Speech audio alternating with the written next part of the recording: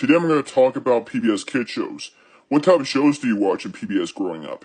Well, it's kind of a shame that a lot of people on TikTok are talking about PBS getting shut down because people of our generation grew up watching PBS Kids shows. And we don't want PBS to go away. It educated us without any school and stuff. It's kind of like school at home on a television screen. Well, it was pretty educational to me. I learned about boats and trains and airplanes. But sometimes they teach you life lessons. Sometimes they talk about friendship. I don't even remember these shows very well. I don't usually pay much attention to kid shows anyway, because I was just interested in the trains and the airplanes and the boats. I never noticed it's about people and life lessons. Thomas the Tank Engine is this one show I remember watching growing up. It's kind of like one of the first kid shows I ever watched, but it's not a PBS kid show. I only watch it on DVD and videotape. I used to watch them a lot on videotape back when I was a little kid. I am not kidding. What type of shows do you watch on PBS? Have you guys even watched the television show Sesame Street? I don't even remember that show as a little kid, but I just don't remember what the show's about. It taught us how to read and write and numbers. And they have characters like Big Bird and Elmo and Cookie Monster. It's like a preschool show, but I don't remember that show very well. I'm not really interested in Sesame Street growing up. There was another show I remember watching as a kid called Barney the Dinosaur. I thought it was about a soldier dinosaur marching with kids, and I thought they were armed with guns and cannons. That's what makes me picture in my head the Barney the Dinosaur theme song. Don't you guys agree? I understand Barney the Dinosaur is a stupid baby show, but I don't even know if you know it's a baby show or not. It has big kids in it, that's what's weird about it, but some of the nursery rhymes are just for babies, but it has big kids in it, but there's no little kids, cast members, it's just big kids, like elementary school age kids, which is kind of weird. I wasn't much a fan of Barney the Dinosaur as a kid. If I did saw that show, I would have learned how to make friends with other kids. When I saw Tom the Tank Engine, it doesn't really teach you anything, they only teach you about trains and vehicles. I wonder if there's any kids out there who likes trains back in my kindergarten years. I don't even remember. I don't have much education back then because I don't know how to talk to people.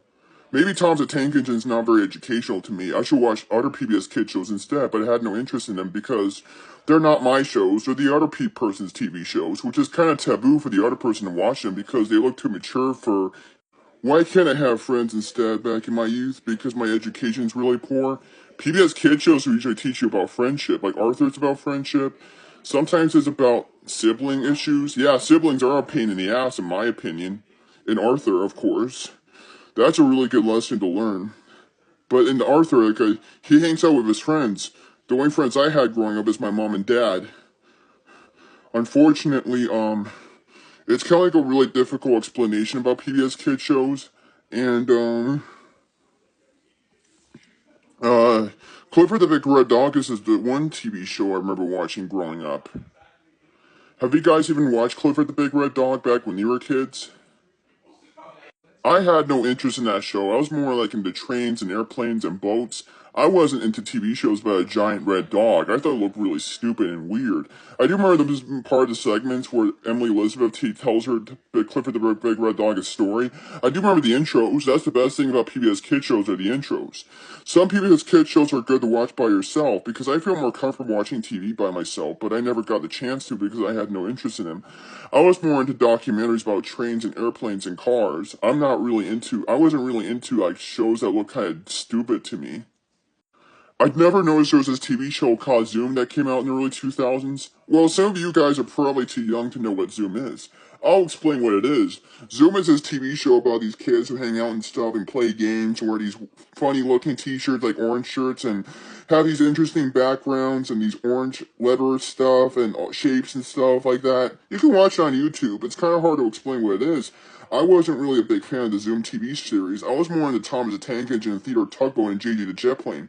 Well, I was more into Thomas the Tank Engine. That was the show I was really hooked on, and so was Theodore Tugboat, boats and trains and stuff like that. And the Zoom television show, there's no trains and airplanes in it.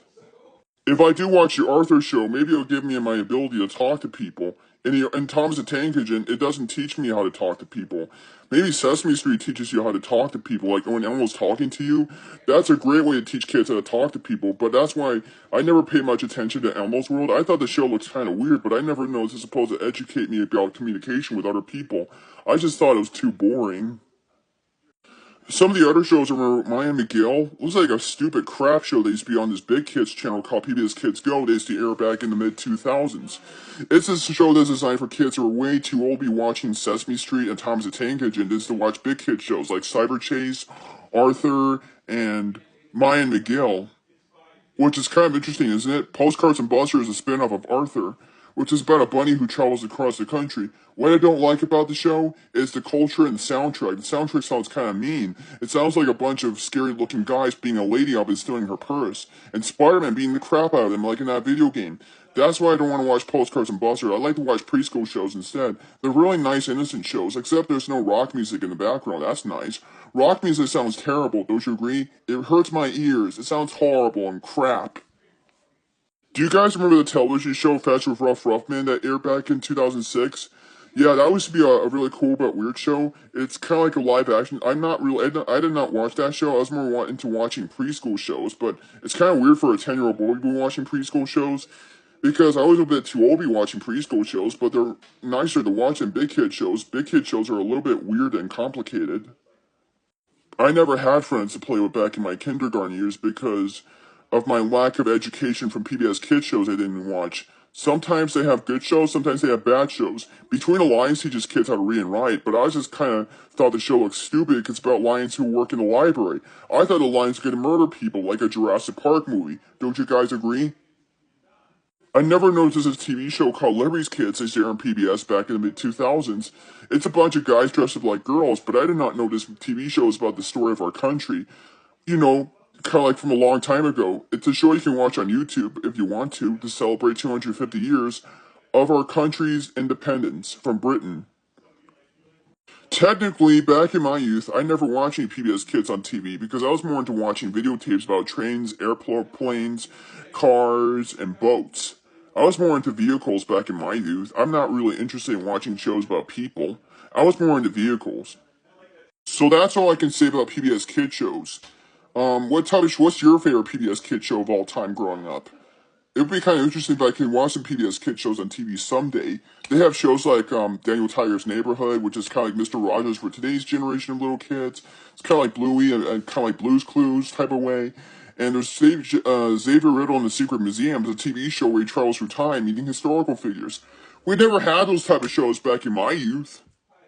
You can watch Arthur, it's way more better than Tom's the Tank Engine, but it's about humans than trains. Except they're not stuck on tracks, they have feet and legs like people. They're people like us. It's a good show to watch if you want to learn about people and how they communicate with others. Tom's the Tank Engine? No, do not watch this show. It's not very educational. It's good to watch if you want to learn about trains. It's good to find friends who like trains. If you have family members who don't like trains, just ignore them. Go have friends instead. Some of the friends I have are a bunch of ugly old people. They're more interesting back when they're young, but nowadays they have gone really old and ugly and disgusting looking.